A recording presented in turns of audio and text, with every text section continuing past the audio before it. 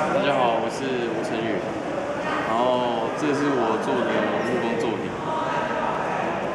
然后这是我第一次自己做用木头做盒子，然后原本设计的设计图是非常复杂，然后就是感觉做起来会比较好看，可是后来想一想说，可能自己没办法做成这么好，所以后来就改成这样子。非常的简洁有力又实用的盒子，就这样一个正方形，然后中间两个夹层可以放东西。然后我遇到最大困难就是在钉木头跟木头之间的钉子的时候，